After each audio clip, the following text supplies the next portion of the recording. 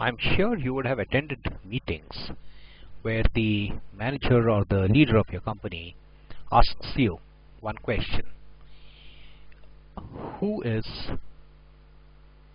your successor?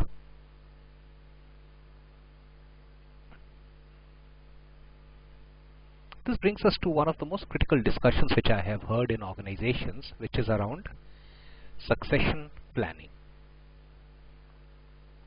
Now, an organization, as we know from an accounting concept, is a going concern. So as an organization is treated as a going concern, a good organization will typically outlive the managers now and the business leaders. So there's essential for succession planning to be done. And what is succession planning done for? It is done for the critical roles.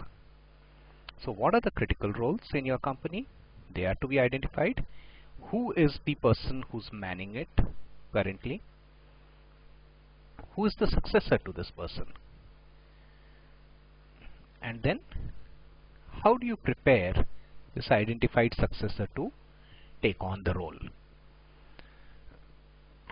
Now, in classical types of businesses, like we have professionally run businesses and family businesses.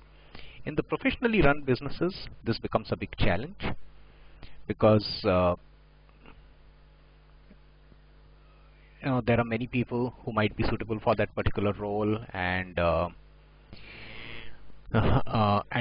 there might be the clarity might not be there, and therefore there is this personal interference which comes in, and personal preferences which come in, and there needs to be an objective process, and which needs to be executed as objectively as possible.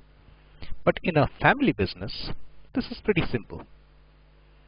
So the family heir is there, who needs to be made ready for the position of the CEO or managing director of the board, and the family then mans this particular position.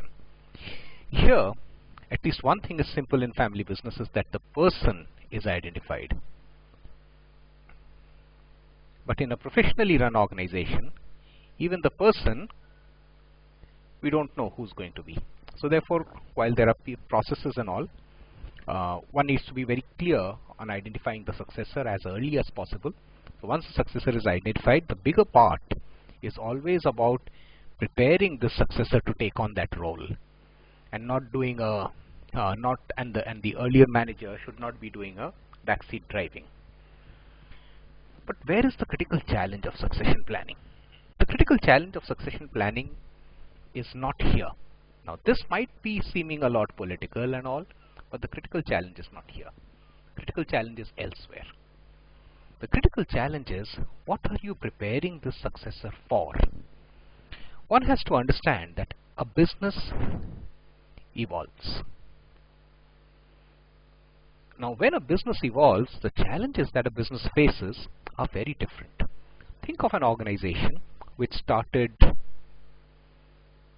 with some capital base, then that becomes a multi-product organization, then that becomes a MNC across geographies, then that becomes a global corporation, and it again evolves beyond. It might become a responsible citizen, it might become whatever be the mode, but it will evolve. So what do you prepare him for? So the big question is that, what do you prepare him for?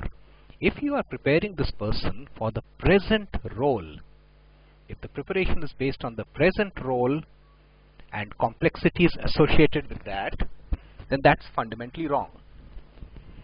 Because when this person actually succeeds and takes on the true hat, wears the true hat as a successor, the business might have evolved. So today, maybe the business is here.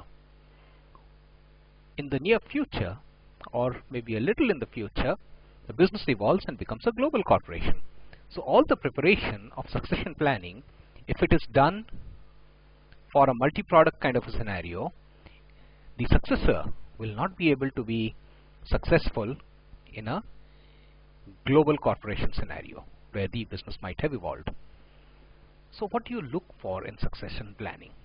So while you do look for definite performance measures, the dedication, the way in which he does the job, is he respected by people, is he a leader, does he have biases, is it that his superiors are happy but his subordinates are not happy, is it that his peers are unhappy? You know, there's so many factors which one can look at through a 360. But what is also very important is that will this person be learnable enough? Should he be learnable enough so that when the challenges of the future come up, all the present, whatever he has learned, won't be there to sustain him then at that point. So he should be learnable enough. The learnability should be very high, and therefore for succession planning, I personally feel that performance, the present performance, learnability, and ability to guide the organization in future through a senior leadership team is the most critical piece. Diversity, it's a global, if the organization evolves to a global level, diversity, if the organization evolves there, then cultural sensitivity, leadership, all of these things, and having very good leadership teams in various geographies to deliver on the business strategy becomes so much more critical. So succession planning is not only about let's get into a room and today let us identify 2 people who can replace you. That is not succession planning. That is, I would say, contingency planning. In case a person quits or something, then who is there to take on the mantle? That is never called succession planning. So do not confuse contingency planning with succession planning. When you are doing succession planning, remember, you have to look at critical roles. You have to look at who's the present person who's manning the role, who's going to be the successor to that role, what kind of preparation you need to give for the present and for the future. Remember, when you are looking at the future, also consider the evolution of the business. And when you are considering the evolution of the business, how it evolves, at what level does it evolve, and therefore some of the fundamental traits over and above performance can become learnability. How does a person guide the organization in the future, and how does he build a senior leadership team? Some of these factors become very, very critical in succession planning. Think about it. Do not hasten up the process. Do it well, but understand that it's a process which is extremely dynamic in nature. Extremely dynamic in nature.